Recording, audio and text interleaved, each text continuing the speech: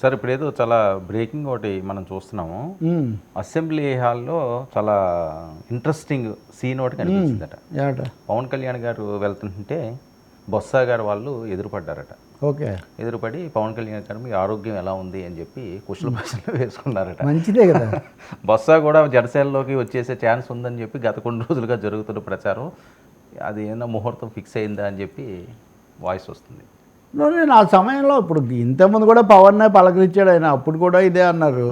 బొత్స ఇప్పుడు క్యాబినెట్ హోదాలో ఉన్నారు, దాదాపు ధీటైన నాయకుడుగా. ఇప్పుడు ఆయనకు మించి ఇప్పుడు ఆయన జనసేనలోకి వెళితే ప్రభుత్వానికి వంతపాడడం తప్ప ఆయనకి అదనంగా ఒరిగేది ఆయనకి ఏమీ ఉండదు.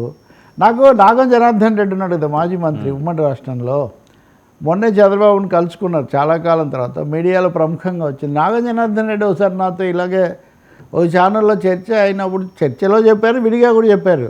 నాకు మంత్రిగా ఉన్నప్పటికంటే అపోజిషన్ లీడర్గా ఎక్కువ పేరు వచ్చిందని. అపోజిషన్ లీడర్ కూడా కాదు ఆయన, డిప్యూటీ లీడరే. లీడర్ చంద్రబాబే కదా. చంద్రబాబు ఉండగా ఇంకో ఇద్దరు డిప్యూటీలు ఉండేవాళ్ళు. కాబట్టి అపోజిషన్ లీడర్స్గా ఫోకస్ వస్తున్నప్పుడు జనం దాన్నే ప్రిఫర్ చేస్తారండి. కాకపోతే బొత్స లౌకిడు, అందరితో మంచిగా ఉండటం అనేది అందరితో తగాదా కాకుండా అది ఉంటుంది. కానీ ఒకటి తెలుసు కదా, ఎన్నికలప్పుడైతే వీళ్ళిద్దరు ఒకరినొకరు చాలా తీవ్రంగా అనుకున్నారు. సామాజిక కోణం వీళ్ళ మధ్య ఒకటి ఉంది కదా.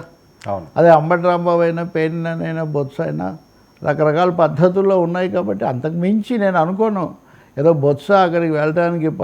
ఒకవేళ వెళ్ళేవాళ్ళు అయితే అంత బహిరంగంగా కలుసుకోరు, మీరు అది కూడా తెలుసుకోండి.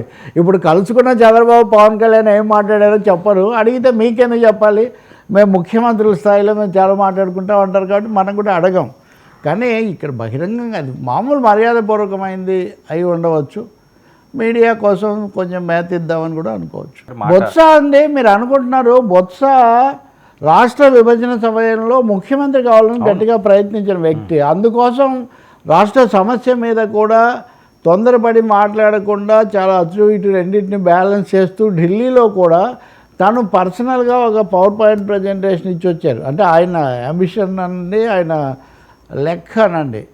అలాగే జగన్తో కూడా ఇప్పుడు చేరాడు, కానీ అప్పుడు ఆయన కొంచెం కాంగ్రెస్ని నిలబెట్టడానికి కూడా ఆయన కారకుడు అయ్యాడు. అందుకని అంత తేలిగ్గా ఆయన వెళ్ళి, ఇంకోటి వాస్తవ రాజకీయాలు పూర్తిగా తెలుసు.